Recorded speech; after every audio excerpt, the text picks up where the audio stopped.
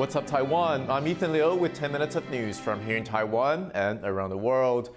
U.S. Secretary of State Antony Blinken will travel to China this weekend in a bid to soothe strained ties between Washington and Beijing. The relationship between the two superpowers remains tense, while Taiwan is a central point of contention. James Chater reports.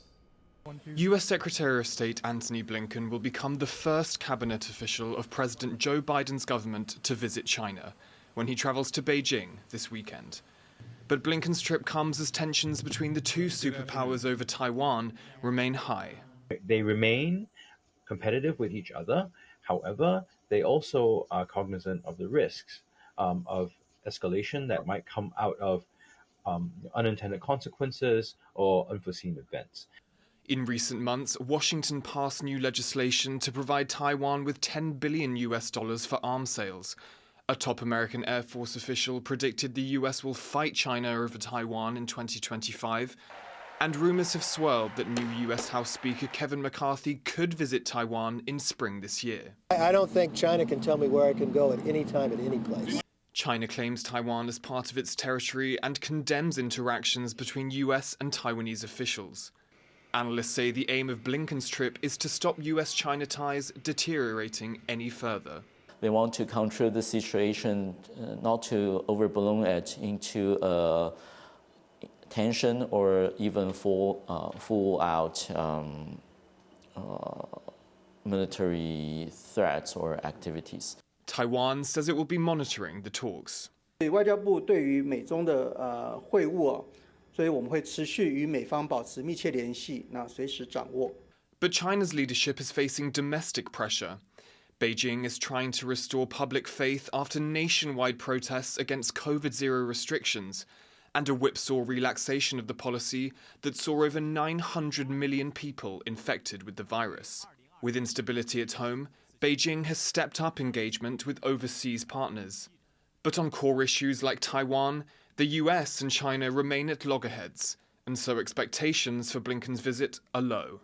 There's some attempt, to adjust behavior to moderate risk. However, fundamentally, the differences between the US and China remain.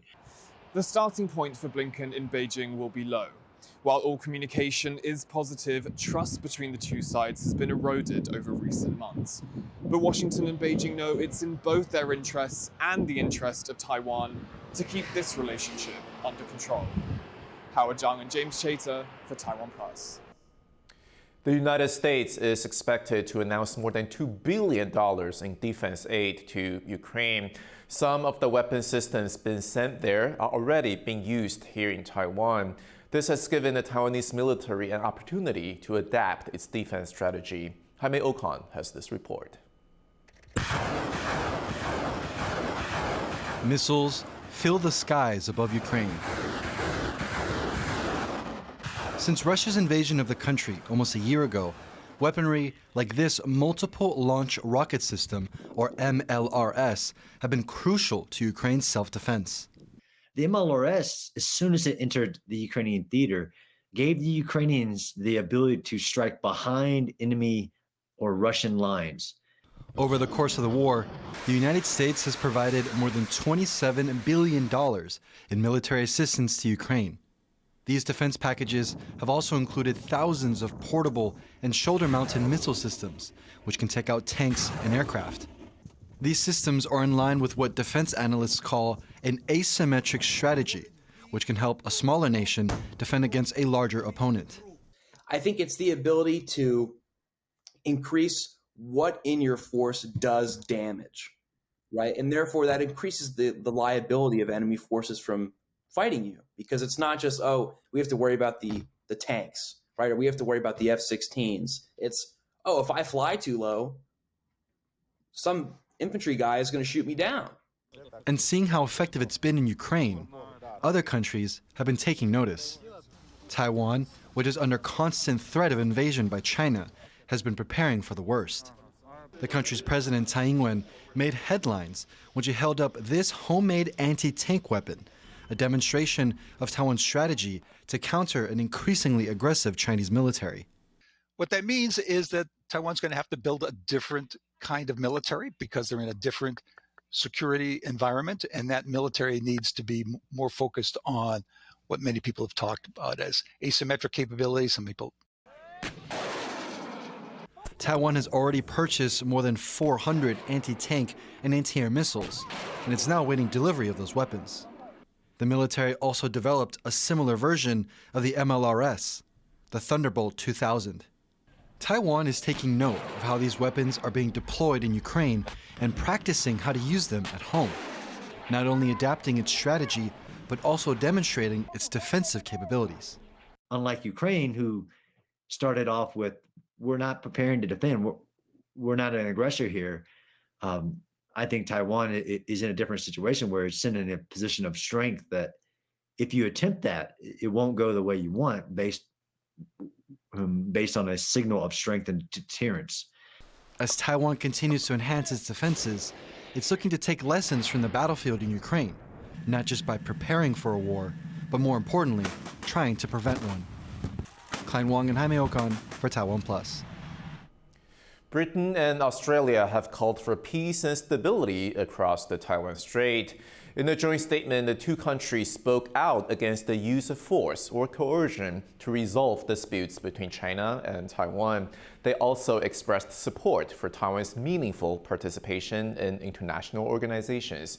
That came after the defense and foreign ministers of both Britain and Australia met in London on Thursday. It is the second time this week Australia has partnered with the European country to support Taiwan following a joint statement with France on Monday.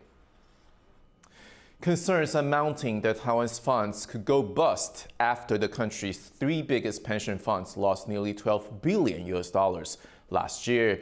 That's off the back of a bad year for global stock markets. Stush Butler has more details. It was a bad year for Taiwanese pensions.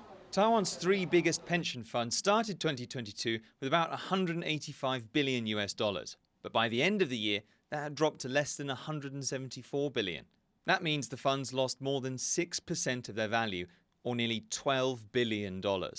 That's partly because some of the funds are invested in stocks, and on the whole, last year was a bad year for investment. Global equity markets lost about a fifth of their value in 2022. It was the worst year since the global financial crisis in 2008. The drop in Taiwan's pensions has had labor activists worried about whether the funds will go bust.